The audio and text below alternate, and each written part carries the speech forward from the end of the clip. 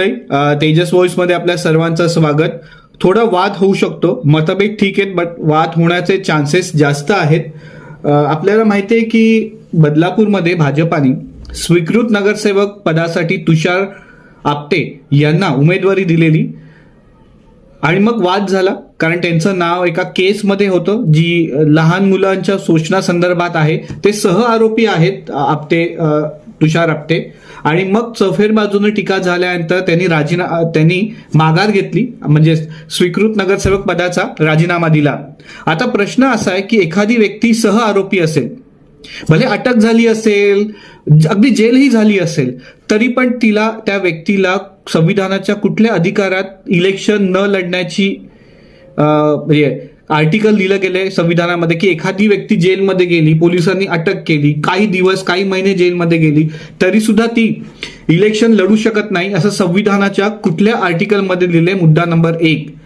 त्या व्यक्तीवर FIR कुठली असो, कदाचित ती खरी असेल खोटी असेल, आपल्याला माहिती आहे की भारताची परिस्थिती आता अशी आहे की 80% दुर्दैवाने म्हणावं लागेल, 80 ते 90% कैदी भारतातले अगदी अति गंभीर प्रकरणापासून ते मामूली प्रकरणांपर्यंत ज्यांची ट्रायलच अजून झाली नाहीये ते 8 वर्षापेक्षा अधिक काळ जेलमध्ये आहेत.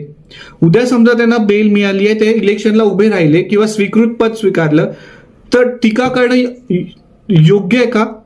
हा मला वाटतं बेसिक्स फंडामेंटल राईट्सच्या अगेन्स्ट जातो का? मला एक्सपर्ट करणं खरं उत्तर हवं होतं. तुषार आपटे केवळ सवर्ण समाजातले आहेत म्हणून, म्हणजे ब्राह्मण समाजातले आहेत म्हणून त्यांना टार्गेट केलं गेलं का?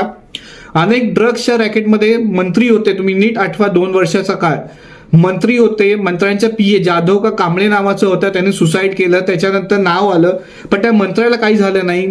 नजीकच्या काळामध्ये एका मोठ्या मंत्र्याला, महाराष्ट्रातल्या मोठ्या मंत्र्याच्या भावाच्या फार्म हाऊस जवळ ड्रग्सचं रॅकेट चालू होतं, त्याच्यावर काही झालं नाही. तुषार आपटे एक फक्त शाळेच्या संदर्भातला आहे म्हणून कारवाई करणं किंवा नगरसेवक पदाला त्याला लाथ मारायला सांगणं किंवा राजीनामा घेणं हे योग्य कृती आहे का अयोग्य कृती आहे? आरोप कुठलाही असो, आरोप हा परमनंट नसतो, नाहीतर मग देशाला कोर्टाची गरजच नाहीये, ना मॅजिस्ट्रेट कोर्टाची ना सुप्रीम कोर्टाची.